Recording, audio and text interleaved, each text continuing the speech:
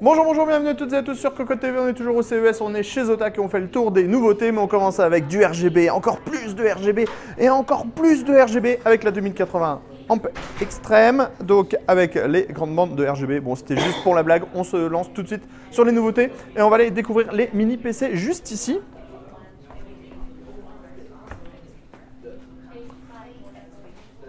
Alors, on commence avec le nouveau Pico PI 470.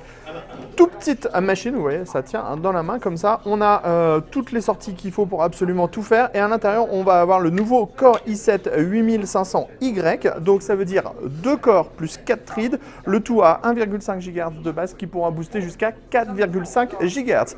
Ensuite, tous ces produits-là, on les connaît puisque en fait, c'est surtout des versions qui ont été refresh avec les nouveaux processeurs ou les nouvelles cartes graphiques. On va quand même s'attarder sur le nouveau Magnus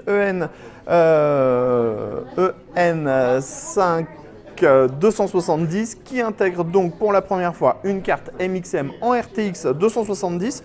On aura un processeur en Core i5 8300H plus la 2070, donc ça permettra de jouer dans un format qui est tout petit. Si vous voulez du format un petit peu plus gros avec une carte graphique qui est de type mini, on aura le Magnus EC5 2070D.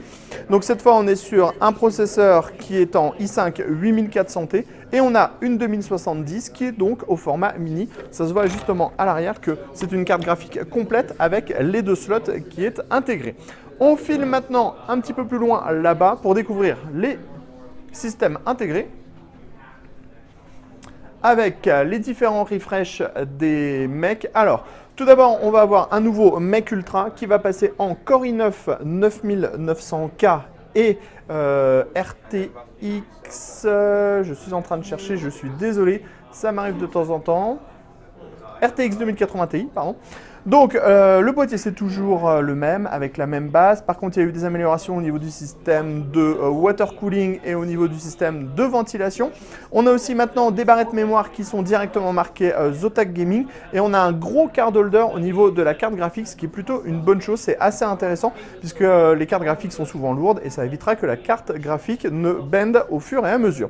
Ensuite, on a aussi le refresh du Mech 1, pardon.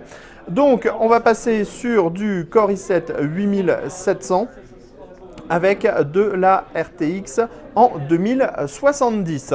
Enfin, on a le Mech Mini qui va arriver sur le marché très prochainement. On est sur une configuration qui est similaire au Mech 1, donc avec un Core i7 8700 et une RTX 2070. On est sur du format mini. Alors, on aimerait bien vous montrer l'intérieur, mais alors c'est pas si facile que ça à ouvrir. En fin de compte, on a ici le système avec disque dur, SSD M2, Wi-Fi Bluetooth, les barrettes mémoire, le système de refroidissement à destination du processeur. En fait, ça, c'est simple à ouvrir. Et de l'autre côté, alors c'est un petit peu plus, on va moins bien voir. De l'autre côté, en fait, on a la carte graphique. Je ne sais pas si je vais réussir à l'ouvrir. J'ai réussi. On a la carte graphique, mais la carte graphique, elle est derrière en fait cette grosse backplate. Mais en fait, on a un modèle mini avec deux ventilateurs. Vous voyez, on a des grosses grilles, donc ça va permettre d'avoir un assez bon silence de fonctionnement. Et on a donc une RTX 2070 à l'intérieur, qui est juste classique et en deux slots. Donc ça permettra d'avoir des bonnes performances dans un format qui est vraiment mini. Ensuite, on a la nouvelle bête de course, à savoir la 2080 Ti Arctic Storm avec le gros système de water cooling par-dessus. Clairement, pour une fois, c'est très joli, on trouve que c'est très bien fait. On a des laser cuts qui sont en 3D à l'intérieur, ce qui fait que quand la carte s'illumine, puisque bien sûr elle est entièrement RGB, ça donne un effet très sympa. On pourra la voir tout à l'heure puisqu'on va aller la voir allumée. On a toujours la backplate derrière et sachez que la carte qui sert de base est la carte graphique en Amp Extreme, donc le modèle le plus haut de gamme de Zotac, qui vient donc juste avec un système de water cooling. Ensuite, on a les nouvelles petites 2060, donc la Twin Fan et la Amp. Sachez que la Amp a des fréquences un petit peu plus élevées et on a un système avec un logo illuminé en blanc. La Twin Fan sera sur un logo classique. Au niveau des prix, on sera à 369 € et 399 €. On va terminer avec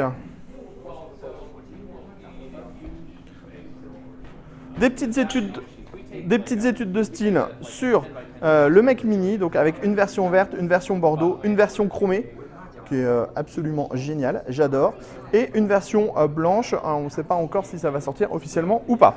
Enfin, on termine ici avec justement la Arctic Storm avec le système d'éclairage RGB et on voit que le logo est en fait un peu en 3D, donc ça donne plutôt très bien.